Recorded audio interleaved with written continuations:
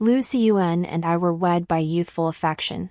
He'd queue for 2 hours in the southern city gate just to buy me peach blossom pastries. I often ground ink and added fragrance for him, sharing newly acquired rare poetry collections. But ever since Shenlu knelt in white mourning robes at the memorial hall, he began keeping his elder sister-in-law's sachets close in the hidden pocket of his court robes. I silently allowed him to spend nights in the study comforting his elder sister-in-law, who had lost her husband yet remained as maternal as a mother, until the officials' wives of Jiangling began addressing Shenlu as Lady Lu. As he gently stroked the tiger head shoes Shenlu had embroidered for our child, he said to me, "Ying, you should learn from your elder sister-in-law's virtue and grace." Gazing at that jade pendant of 2 fish, exactly like the one in my dowry, I suddenly realized this youthful affection was destined to perish beneath the sky of falling peach blossoms, marrying into the Lu family.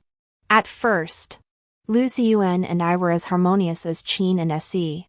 After court, he detour south to buy my favorite pastries, even my clothes were fashionable styles he selected, and most of the jewelry on my dressing table was his gift. Seeing I could read, he'd occasionally give me poetry collections to pass the time. He even set up a reading desk in his study where we discuss ancient texts and modern affairs. Mother had told me his parents had passed away early. Marrying into this family meant no in-laws to serve, no household chores to burden me. His elder brother, Lu Ziyan, pursued martial arts, while Lu Ziyuan favored literature. The brothers supported each other. My sister-in-law, Shenlu, came from a distinguished family and handled matters with great care. With my wet nurse by my side, life was comfortable and content. Alas, this peaceful existence was short-lived as war erupted at the frontier. Lu Ziyan departed early last year to defend the northern border. Shenlu has been consumed by worry ever since. Life has grown difficult for everyone in the household. Even Lu Ziyuan and I have grown distant, partly out of consideration for her, partly because as a new bride, I couldn't bring myself to be too forward. Recently, the war has intensified. Shenlu has developed migraines, unable to sleep through the night, growing thinner by the day. My wet nurse helped me find a remedy for her headaches and visited every herbalist in town. One ingredient was particularly precious, a 1,000-year-old ginseng root, but it proved impossible to find. I had no choice but to return home to ask my mother for help. However, just half a day after leaving the estate, a servant from the Lu household arrived with news: my eldest brother-in-law had fallen in battle. Rushing back, I found my sister-in-law clad in thin mourning robes. She knelt before the spirit hall, her hairpins removed, her forehead reddened from repeated blows. Tears fell in a steady stream. The sight was heart-wrenching. Shenlu had been married for 5 years, while Lu Ziyan had been stationed at the frontier for 3.5. They had spent far more time apart than together. The Shen family wanted to bring Shenlu back, but she petitioned the court to observe widowhood for her deceased husband. The world praised the eldest daughter of the Shen family for her deep affection and unwavering loyalty. The Shen family had raised a remarkable daughter. This act moved the emperor. He bestowed upon her a door plaque inscribed with his own handwriting. It moved Lu Ziyuan even more. Lu Ziyuan's eyes were filled with heartache. He was deeply touched by Shenlu's profound devotion and loyalty, always prioritizing her above all else.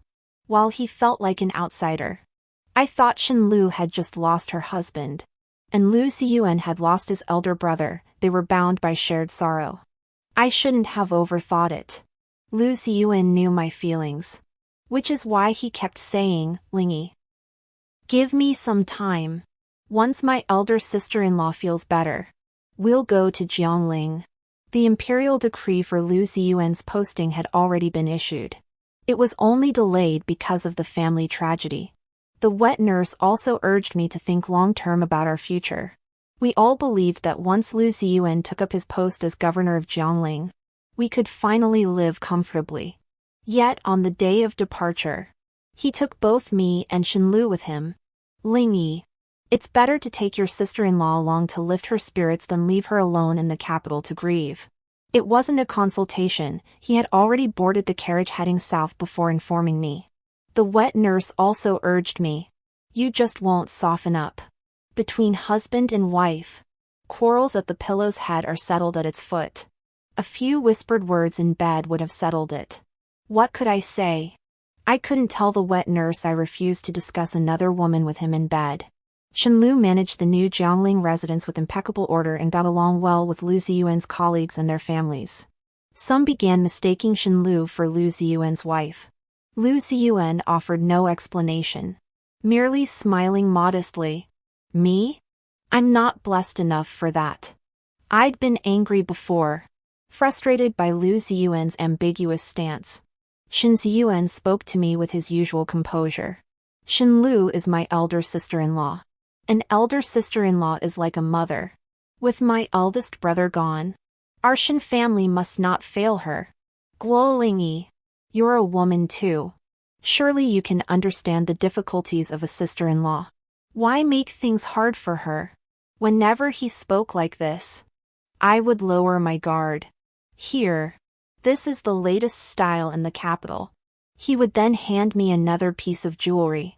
Shen Ziyuan was always like this, skilled at balancing firmness with kindness, using both hard and soft approaches.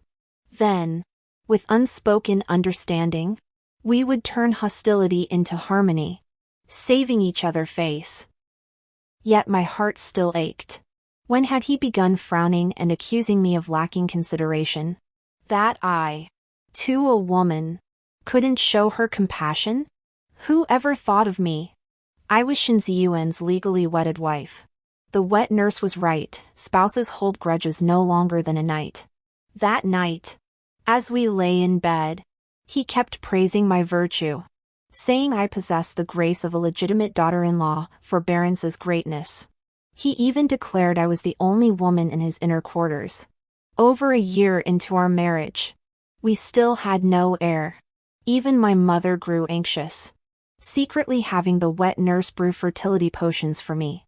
I too longed for a child. They often dragged me to burn incense and worship Buddha.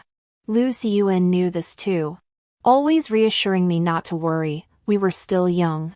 He said, and children would come naturally in time. Resting my head on his arm, he pulled me close, his other hand growing restless while his lips murmured sweet nothings. His expression was so tender it slowly transported me back to the days of our newlywed bliss. I married Lu Ziyuan because he insisted on it. He cherished the bond we shared since childhood. Born prematurely, I was frail and plagued by illness from a young age, enduring countless hardships. One day, a Taoist fortune teller declared I was destined to bring misfortune to my parents. He advised sending me to a Buddhist sanctuary to take vows and practice asceticism, lest I bring disaster upon my family. My parents were deeply troubled. After much deliberation, they decided to send me to Peach Blossom Hermitage outside the capital to practice Buddhism while keeping my hair. Since the hermitage was very close to Lu Ziyuan's maternal family estate, a renowned family of physicians, I stayed at the estate while practicing and recuperating. The year we met, he was 13 and I was 10. I was quiet and well-behaved, which won the affection of his maternal grandmother. While accompanying her to offer incense, she followed the abbot into the hall to listen to Buddhist teachings and seek enlightenment. She left me in the care of a group of young maidservants my age to play hide-and-seek in the peach grove. His maternal grandfather was walking Lu Ziyuan through the grove when they unexpectedly encountered me. The maidservants prepared to curtsy upon seeing them. But grandfather, noticing my joyful play, did not wish to disturb my spirits. He signaled for everyone to relax their formalities. Yet, just as Lu Ziyuan followed behind grandfather, intending to slip quietly past me, I mistook him for a maidservant and swept him into my arms. Lu Ziyuan, who had trained in martial arts for years, could have easily dodged this sudden embrace. But if he had avoided me, I would have crashed headfirst into the peach tree behind him, likely splitting my head open. Though we had never met before, he couldn't bear to see me hurt. He let me plunge into his arms. The moment I embraced him, I sensed something amiss. Quickly, I pulled away from his arms and tore the brocade veil from my eyes. Having left home, I had always disliked my days of recuperation at the Peach Blossom Hermitage. Yet from this year onward, I began to endure these quiet, trying days. For whenever the Peach Blossom Hermitage bloomed, Lu Ziyuan would arrive, dusty and weary from his journey, to offer incense. He would bring all the novelty items he'd gathered throughout the year into my room, then accompany me beneath the peach trees to practice swordplay and play the zither. My closest friends envied the youthful bond between us, saying I must have saved a great immoral in a past life to deserve such a fine husband in this one. But as I drifted into reverie, Shenlu's senior maid came to summon Lu Ziyuan. Master, the lady's old ailment has flared up again. Master, please come and see. I smiled bitterly. Ever since Lu Ziyan's departure, Shenlu's ailment had become increasingly frequent. Whenever Lu Ziyuan and I prepared for bed, her senior maid, die.I, would risk scolding to summon him. I felt reluctant, yet I couldn't stop him from going. Ying, come with me to see her. My sister-in-law was injured because of me. These old memories were stirred once more. Back then, Lu Ziyuan admired his elder brother's exceptional martial arts skills. He wanted to ride horses and gallop freely like him. But the fiery steed went wild, threatening to plunge him off a cliff. Shenlu rode after his horse, thrusting her sword into its flank. The horse kicked Shenlu off, saving Lu Ziyuan. So whenever her old ailment flared, Lu Ziyuan would take me to tend to her, staying by his side. I learned some acupuncture and acupressure techniques. When we lifted the curtain to enter, Shenlu was leaning against a soft couch, waiting for the household physician to take her pulse. Spotting Lu Ziyuan, Shenlu pressed her left hand against her leg while wiping tears from the corner of her eye with her right, clutching a handkerchief to disturb the master so late at night. She shot Baiji, who had just summoned Lu Ziyuan, a sharp glare. Baiji dared not delay, kneeling to beg forgiveness. Madam, I acted without permission. Punish me as you see fit. But I'm heartbroken that you've been sleepless all night. Since our wedding, we've played this charade countless times. I see through it now. Lu Ziyuan comforted Shenlu, then turned to signal me to massage her leg. You've truly gone to great lengths. Lingyi, stay and attend to me. Ziyuan, you have official duties tomorrow. You should go first. I'll send her back later. She spoke while watching Lu Ziyuan. Lu Ziyuan leaned against the armchair in the outer room, waiting. After massaging for barely 15 minutes, Baiji handed me a bowl of silver ear fungus soup. Less than half an hour after drinking it, I couldn't keep my eyes open. They must have drugged it. Long illness breeds expertise. Smelling the faint scent of a soporific in the silver ear fungus soup, I secretly poured it out. Later, pretending to be drowsy, I was helped to lie down in the outer room. I faintly heard sounds from the inner chamber, those languid, sensual noises unmistakably belonging to lovers. My body tensed rigidly, frozen in place. Eyes shut tight, ears straining. The man's voice echoing from Shenlu's inner chamber was unmistakably Lu Ziyuan's. Recalling past details, it made perfect sense now. Each time I tended to Shenlu, Baiji would change the incense in her room and eagerly serve me tea. Baiji, who usually carried herself with the air of a first-class maid in the Lu household, acting like a bully with her master's authority, never showed any goodwill towards me. Learning that these two were committing such an act right under my nose was truly hard to believe. Lu Ziyuan's beloved elder sister-in-law, whom he claimed to revere and cherish, was actually involved in an incestuous affair with her uncle. Though mother had once told me that a man having multiple wives and concubines was commonplace, no prominent family would ever marry a woman with an inauspicious horoscope. Being wed to a distinguished family like the Lus was already my greatest fortune. Mother pointed to father's inner courtyard, urging me to become a dignified and gracious primary wife. Yet witnessing this with my own eyes, my heart ached as if being tortured by a blunt knife, sliced over and over. Thankfully, I hadn't completely lost my mind. The next morning, I awoke in my own bed.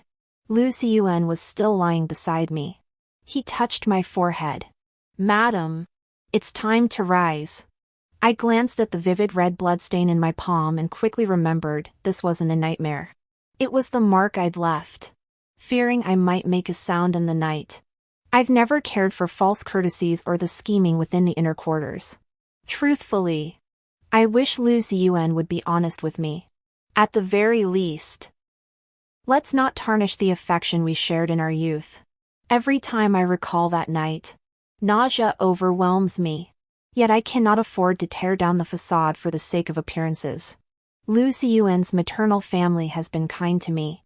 I cannot repay kindness with betrayal, bringing shame upon them before the world. Better to turn a blind eye. As long as Lu Xiyuan grants me a divorce decree. I pondered how to confront Lu Xiyuan. During lunch, nausea overwhelmed me, and I vomited. My wet nurse, unaware of the circumstances, made no attempt to conceal it. Shenlu discovered this and brought the household physician to examine me. They confirmed I was 1 month pregnant. Lu Xiyuan was overjoyed. Shenlu had been unusually subdued lately, no longer putting on airs as the elder sister-in-law or tormenting me under the guise of nursing me. Lu Xiyuan returned daily to keep vigil by my side. But every time I saw him, the nightmare of that night came flooding back. The sight of him filled me with such revulsion that I couldn't even be bothered to pretend to be polite. My sole desire is to secure a divorce swiftly and escape this filthy Lu residence. The plaque inscribed by the emperor himself still hangs, and everyone praises Shenlu for her loyalty and virtue, for guarding her chastity. My heart grows increasingly restless. Imperial authority reigns supreme. If I divorce, I fear it would tarnish the royal family's reputation, dragging my parents into guiltless punishment. The emperor judges by outcome, not intent. Without absolute certainty, I dare not risk my life. Very well. As long as they stay out of my sight, keeping to their own affairs, I shall resign myself to this fate. At worst, I shall live out my days guarding my offspring. Accidents always strike without warning. I never contemplated death. Yet as I passed the lotus pond in the garden, my foot slipped and I fell into the water. The lake water remained chilly in May or June, and my legs became entangled in water plants. I clutched my belly, a pang of regret washing over me. So many dangers lurked beneath the surface. What if I made one wrong move? What if my luck failed me and I drowned? What would become of the child, born only to die before ever seeing the light of day? I couldn't bear the thought. Fear gripped me. Who would save me? Lingyi! Lingyi! Someone called my name, a voice so familiar it made me want to cry. I forced my eyes open. It was Mother. Her eyes were red, tears of joy streaming down her face. "You're finally awake. What possessed you to go near the lake?" I threw myself into her arms, wanting to tell her how wronged and terrified I felt. But the words died on my lips. Lu Xiyuan still stood watch by the bedside. I didn't want to speak to him. Seeing this, Mother motioned for the wet nurse to bring me some millet porridge. She told Lu Xiyuan to attend to official business. "Look at you. So thin. Anyone would think the Lu household mistreated you," she said as she brought out the millet porridge. I stared at the blistered marks on her fingers and the back of her hand. Tears welled up in my eyes as I swallowed the water I'd drunk. Mother never did any hard labor, she was the most sensitive to pain. With reddened eyes, she patiently coaxed me. "You're a mother now. Why aren't you more careful? If not for yourself, think of the child growing inside you." I forced down a spoonful of porridge. "Mother, I want a divorce. Please help me." She turned her face away. Her eyes filled with reluctance and evasion. Why? Don't be ridiculous. Who gets divorced right after conceiving? What about the other daughters of the Guo family after the divorce? Mother had been driven to the brink by the mistresses in the mansion, causing her to lose the baby and give birth to me prematurely. Mother stayed with me less than half a month before growing anxious about my younger brother back at the manor. She feared he wasn't being fed properly, that the servants weren't attentive enough, especially the concubines in father's inner quarters. Did they harbor any malicious intent? Her fears grew until she insisted on returning to the manor. Before she left, I asked Mother how she could ever endure living with father and his concubines for the rest of her life. Mother clasped my hand and said, "Having a child gives one the strength to endure." I pressed her further, "Then why did you send me away to Peach Blossom Hermitage when I was young? Was it because you wanted a son?" Mother smiled. "You truly are a sharp-tongued girl, with that pointed chin of yours always holding a grudge." Back then, I believed the Taoist's words. I also thought you were frail, hard to raise, a fate that would bring misfortune to your parents. Your father took a concubine because of you. I was mistaken back then. What mother could ever abandon her own flesh and blood? Mother refused to look at me, turning her head away. "You're a mother now yourself. You'll understand what I mean someday." The very night Mother returned to the estate, Lu Xiyuan suddenly stormed to my bedside, reeking of alcohol. He seemed possessed by some uncontrollable rage. He grabbed my hand, his expression earnest. "Lingyi, please stop being angry with me. After all these years of friendship, and now that you're carrying our child, let's make things right.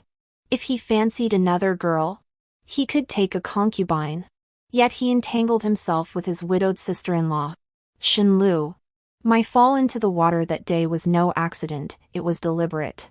Slippery talc powder had been sprinkled on the smooth stones. Shenlu ultimately found a scapegoat, sweeping the matter under the rug. He thought I didn't know. Just 15 minutes ago, before coming to my room, he visited Shenlu's courtyard. She knelt before him, pleading, "Have you fallen for that demoness?" Demoness? Who would have thought the legitimate daughter of the Guo family of Xiangyang would be branded a demoness simply because of a fortune-teller's words in her childhood? She didn't know that I, the so-called demoness, had grown accustomed to the schemes of the inner quarters since childhood. That's why I understood best how to scatter wealth to win hearts. Shenlu's second-class maid, Fueling, had a gambling-addicted elder brother. Setting up a scheme was all it took to force her into submission. That's why she couldn't fathom how I escaped unscathed after she placed clinging water plants in the pool and had the wet nurse and maids dismissed. Fuling immediately came to report everything that had transpired in Shenlu's courtyard. Only the new bride's laughter is heard, not the old wife's tears. Now she won't even set foot in my quarters. What did Lu Xiyuan say? He feigned pity, taking her hand and pressing it to his chest. "Why must you rub salt in my wound? It's because I feel for you, unwilling to bear children, that I let her conceive. So it was she who refused to bear children." Those words poured over me like a bucket of cold water, dousing every last ember of my youthful affection. With Lu Xiyuan's favor, Shenlu grew even more brazen. "Once she bears an heir, that child shall call me mother." Childbirth is a journey through the gates of death, perishing is commonplace. Have the servants attend to her well now. After all, she carries my son within her. The two plotted with deep calculation, fantasizing about the joy of a family of 3. Lu Xiyuan accompanied Shenlu as they drank cup after cup of ceremonial wine. Beneath the heavy curtains, their intertwined figures remained hidden. After an unknown length of time, Shenlu sent Lu Xiyuan away with a coquettish laugh, followed by his soft, soothing words. "Just wait 8 months, and we can be together forever." Shenlu pouted, her voice dripping with coquettish charm. "Not a trace of propriety, you're so wicked." Our youthful friendship was ultimately insignificant. When paths diverge, I harbor no regrets. What I hate is that Lu Ziyuan trampled on my feelings. What I hate even more is that he allowed others to endanger my life. Yet on one point, we were in complete agreement: kill the father, spare the child. After listening to Fueling's word-for-word report, my heart felt as if it were being squeezed, suffocating me. But I, Guo Lingyi, have always been one to hold grudges. If Xinlu refuses to conceive, then I'll make her taste the reality of motherhood. I didn't want to tell my mother, but the wet nurse is old, and I didn't want her to worry alongside me. I also feared she might blame me for tarnishing the Guo family's reputation. I informed Mother, hoping she could help me procure several special herbs. Mother's letter arrived, containing a land deed and silver notes, along with herbs to simulate pregnancy. In the days that followed, I moved to a rural estate, citing the need for rest during pregnancy. Xinlu accompanied Lu Ziyuan through public engagements, laboring behind the scenes. Lost in their passion, they knew nothing of the world around them. Immersed in her affection for Lu Ziyuan, Xinlu failed to notice the subtle shifts within the mansion, like how his desires grew ever more insatiable. Yet he remained devoted solely to her, like how the maids and matrons attending her grew increasingly smooth and slick. Truthfully, Baiji could have warned her, but Baiji herself was of marriageable age, ready to leave the estate. Xinlu, however, was too preoccupied with her own pleasure to let her go. She even resented Baiji for wearing bright, pinkish colors while she herself, bound by propriety, had to stick to dull, muted hues. Xinlu couldn't resist taking subtle jabs at Baiji, making her look foolish in front of the servants. Seeing Baiji slack off and refuse to serve Xinlu, Fueling volunteered to take her place. Fueling was diligent, quiet, and best of all, knew how to flatter Baiji. She claimed to envy Baiji's beauty and kindness, which earned her the mistress's favor, saying that young ladies from ordinary families were nowhere near as lovely.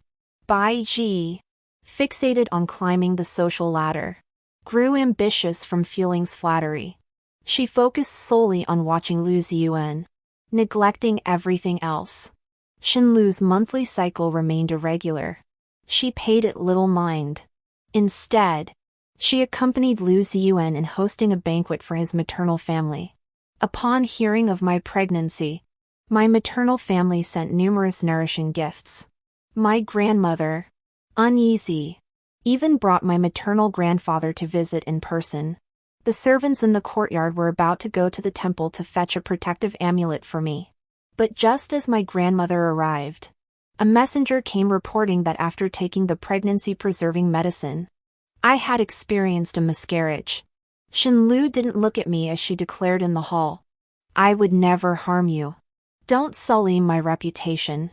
Her words were sharp and decisive, backed by servants like Baiji as witnesses. Because it involved the child, Xinlu herself insisted on having her quarters searched to prove her innocence. Lu Ziyuan also believed Xinlu wouldn't harm me and assigned a few people to search her rooms. Xinlu stood confident and aloof, utterly certain of her innocence. The searchers produced talcum powder found in her possession. Xinlu refused to believe the talcum powder had been planted, insisting we were colluding. She demanded additional personnel to search, turning the Lu residence upside down. Ultimately, packets of contraceptive medicine were discovered in the quarters of Baiji. Her attendant, a chaste woman residing in her courtyard, had no need for such medicine. Baiji was an unmarried maiden. These packets of contraceptive medicine seemed like a joke. Xinlu slapped Baiji across the face, cursing that at 24, she was reaching an age of restlessness. She demanded Baiji, this lewd and vulgar woman, be sold off immediately. She even ordered the matron to drag Baiji out for 30 lashes as a warning to others. After just 5 lashes, Baiji's skin split open. Only then did Baiji realize Xinlu intended to cast her aside. Desperately clutching at her last lifeline, she tremblingly confessed, the talcum powder had been procured by Shenlu herself. It was this very powder that had caused her to slip and fall into the lake last time. Kneeling and kowtowing, she confessed she'd been forced into it, that Shenlu had violated marital fidelity, that she herself was using the abortion potion, and that she was even pregnant. When dogs fight, they both get bitten. Shenlu denied the pregnancy. My maternal grandfather summoned the court physician to take her pulse, who immediately confirmed she was with child. Over 2 years had passed since the death of the Shen family's eldest son. She collapsed onto the ground. I strode straight to Shenlu and slapped her across the face. The blow left my hand numb and stunned everyone present, especially my maternal grandmother. Tears streaming down my face, I cried out, "You're a woman too. Why harm me? My husband taught me to honor you as a mother-in-law. Yet you sought to destroy my child. Why? For your own child?" After speaking, I collapsed into my grandmother's arms, feigning fainting. My grandmother, who had always cherished me, immediately had my grandfather personally take my pulse. Grandfather said I needed rest. Soon after, I slowly regained consciousness. Seeing my grandmother's expression shift slightly, she forced a dry laugh. "Good. Very good." She ordered Shenlu taken away and confined to her courtyard. Without a word, she turned her gaze to the wet nurse and maidservants attending Shenlu, pulling out the indentured contracts and scrutinizing each one. She had Bai Ji dragged away and flogged 20 times. 20 lashes would break bones and tear tendons, even if she lay bedridden for 100 days. With the best care, she'd be crippled. She was sold off to a farmstead. Kill one to warn 100, she began cracking down on her subordinates one by one. Only after dealing with the servants did she shut the doors and say to Shenlu, "Heh. How convenient, pregnant. The eldest son of the Shen family has been dead for 2 years. How could his dear wife possibly be with child? No. No. Grandmother. Please hear me out. How could the worldly wise matriarch tolerate any explanation? Especially when she guarded the chastity arch personally bestowed by the emperor. Only silencing her could avert imperial punishment." Grandmother coldly ordered the old nurse to lock the door tight. The nurse glanced at her, then forced down the bowl of abortion medicine I'd prepared on the table. A woman's piercing screams echoed, followed by the sharp smacking sounds of blows to the face. I paced frantically at the doorway, too terrified to push the door open. Fulling. "Hurry! Go find the master and beg him to intercede." I put on a show of heart-wrenching distress and hurriedly dispatched someone to inform Lu Ziyuan. Such a splendid spectacle, it would be a shame if Lu Ziyuan missed it. To kill her spirit. Let Shenlu witness this, when the truth was about to be exposed. Would the man she cherished above all else choose to protect the woman he loved? Or his own reputation and future? As expected, Lu Ziyuan chose himself. Seeing Fueling kneel and beg him to plead with the First Lady, he sprang to his feet.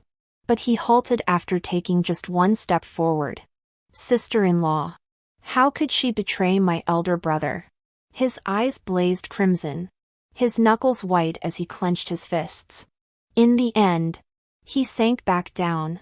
Matters within the inner quarters are not for me to meddle in. Since she has committed such a grave offense, everything shall be left to grandmother's discretion.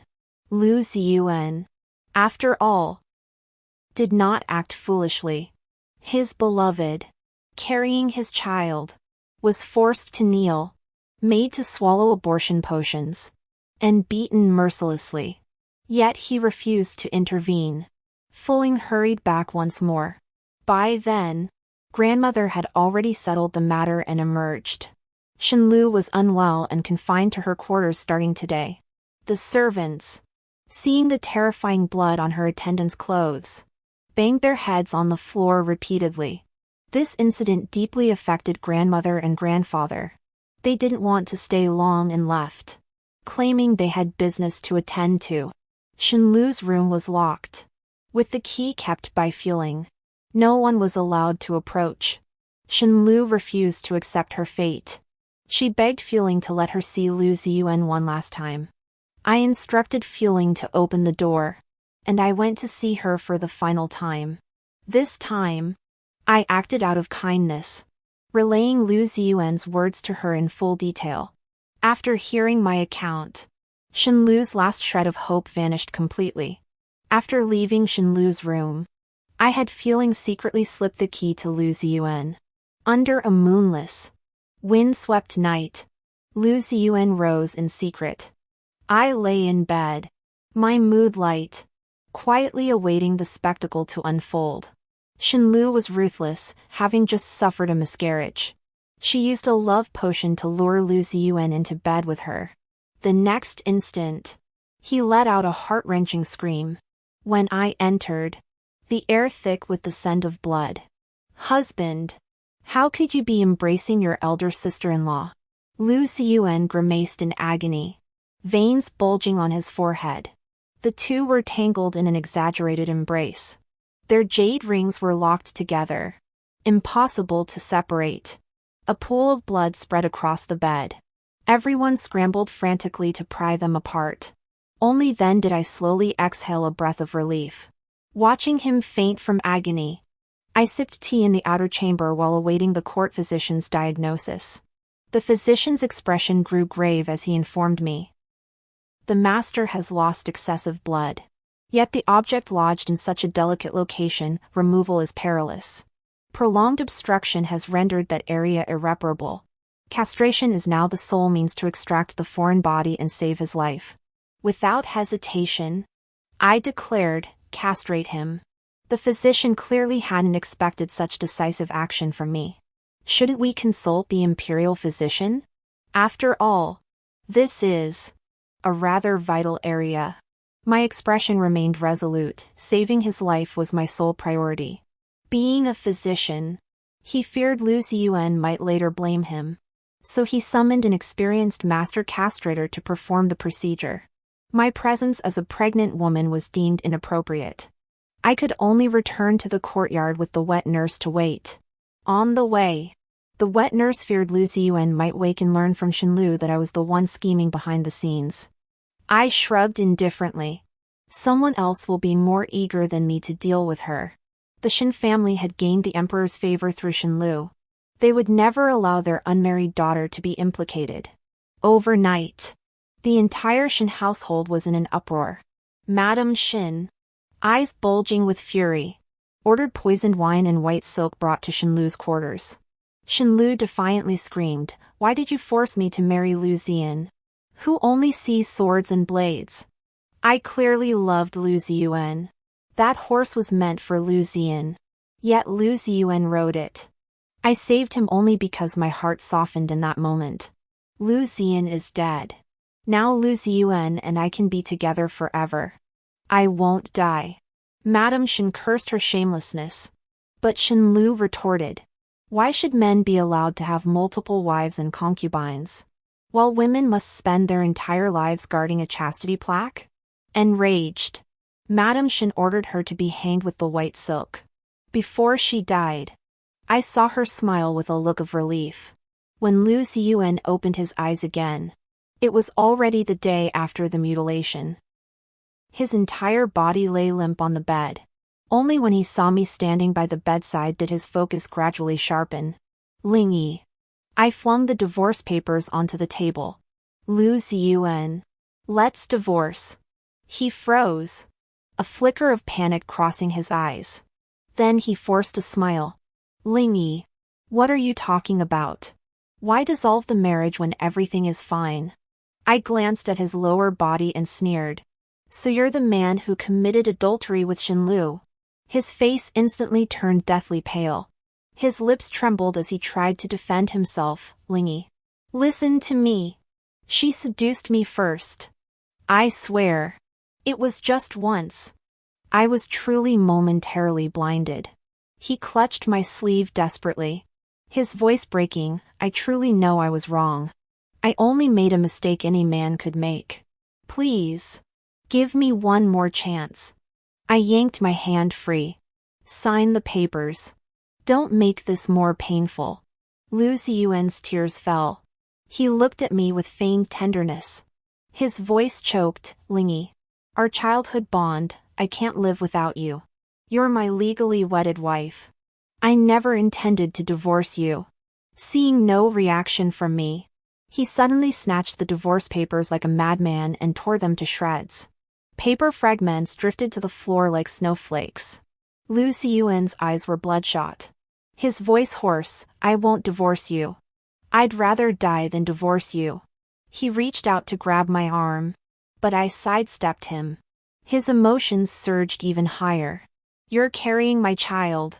How could you let my child grow up without a father? I swear, I'll never again. I believed those words.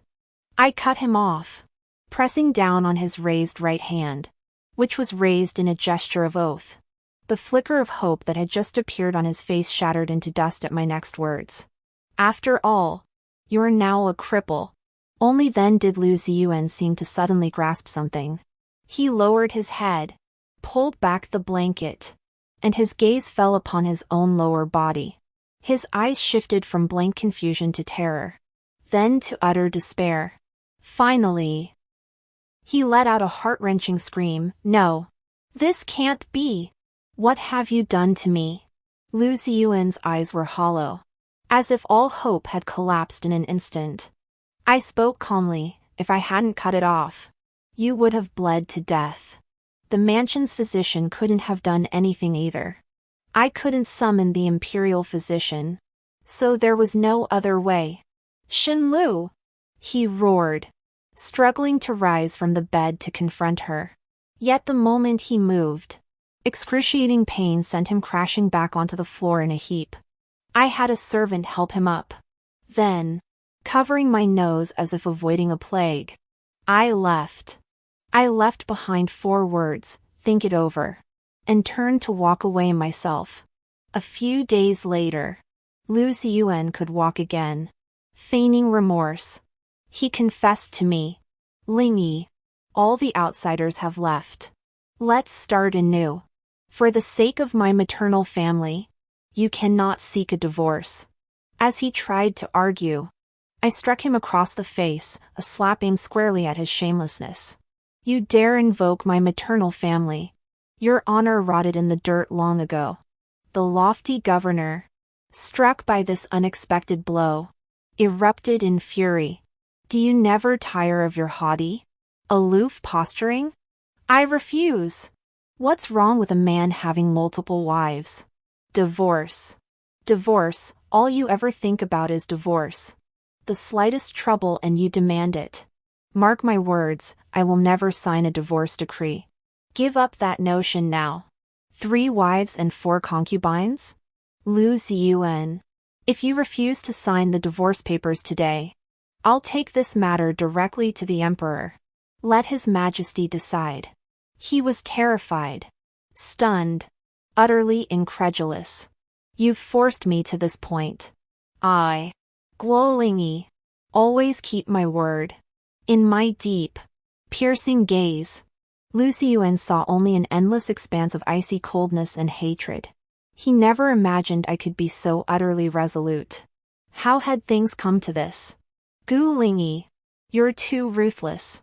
You see everything as black or white. Shen Lu is already dead, why won't you let it go? I laughed bitterly. Lu Ziyuan. Do you truly believe today's events are all Shen Lu's fault? That you bear no blame? I am a man. If you were a man, you'd understand. A man having multiple wives and concubines is perfectly normal. Ha! You are a man. And you are blameless. Do you recall when we first met? You said the world's prejudices were a mountain. That people shouldn't be shackled by convention. Lu Ziyuan tried to interrupt, but I didn't give him the chance.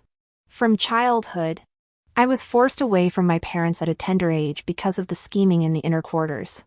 I grew to despise the filthy tricks of the harem. But you deliberately turned me into this kind of person step by step. He was stunned into silence, but I fixed him with a piercing stare and flung him onto the armchair. tossing that jade ring into his lap. Don't force me to ruin your reputation. Fear gripped him. He snatched the jade ring and fled in panic. Men are always too greedy, demanding one be both smooth-talking and obedient. Is there truly no other choice? I shook my head. Spilled water cannot be retrieved. This is the most dignified way to part. Lord Liu should understand that. Once written, no regrets. Fine. I'll sign the divorce papers.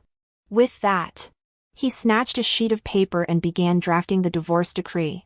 Affixing his personal seal, he handed me the papers and walked straight out. My wish fulfilled. My mind relaxed. I fainted. As I lost consciousness, I seemed to see him rushing toward me, calling my name over and over, Lingy. Lingy. When I awoke, the wet nurse had already packed my belongings. I boarded the carriage leaving the Liu residence. Lu Ziyuan never appeared throughout the entire ordeal. I recalled my final meeting with Shenlu. She was filled with intense emotion toward me. Accusing. You blocked Lu Ziyuan from coming. It was you. Why am I pregnant? You're the one who ruined me.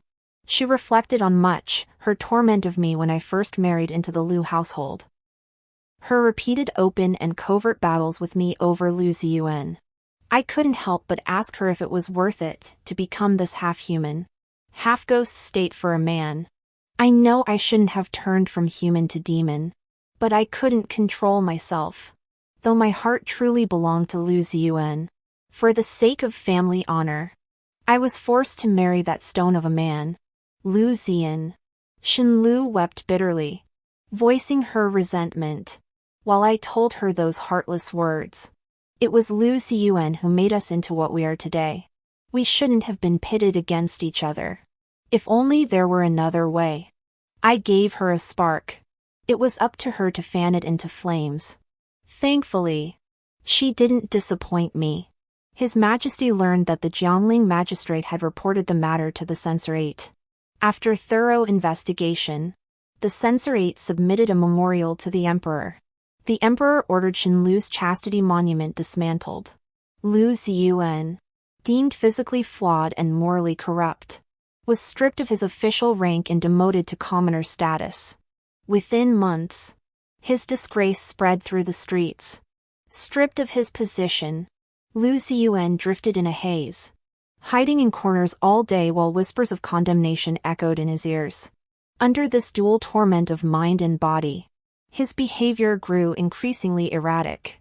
A year after giving birth to my daughter, as we sailed back to the capital, the wet nurse was about to lower the curtain when a man suddenly burst into view. The sea breeze whipped his hair back, revealing those eyes. Only then did I recognize him. It was Lu Ziyuan, the once dashing young scholar. The 18-year-old top imperial exam graduate had become a rough-hewn man. He muttered incessantly about needing to see the emperor, blaming those vile women for ruining him. His deranged state made passing women clutch their children close, fearing they might catch his madness. The boatman, enraged, threw him off, gazing at my daughter sleeping in my arms. Her lips pouted. My heart softened. Lu Ziyuan. Mountains are high and rivers are long. We shall never meet again. The end.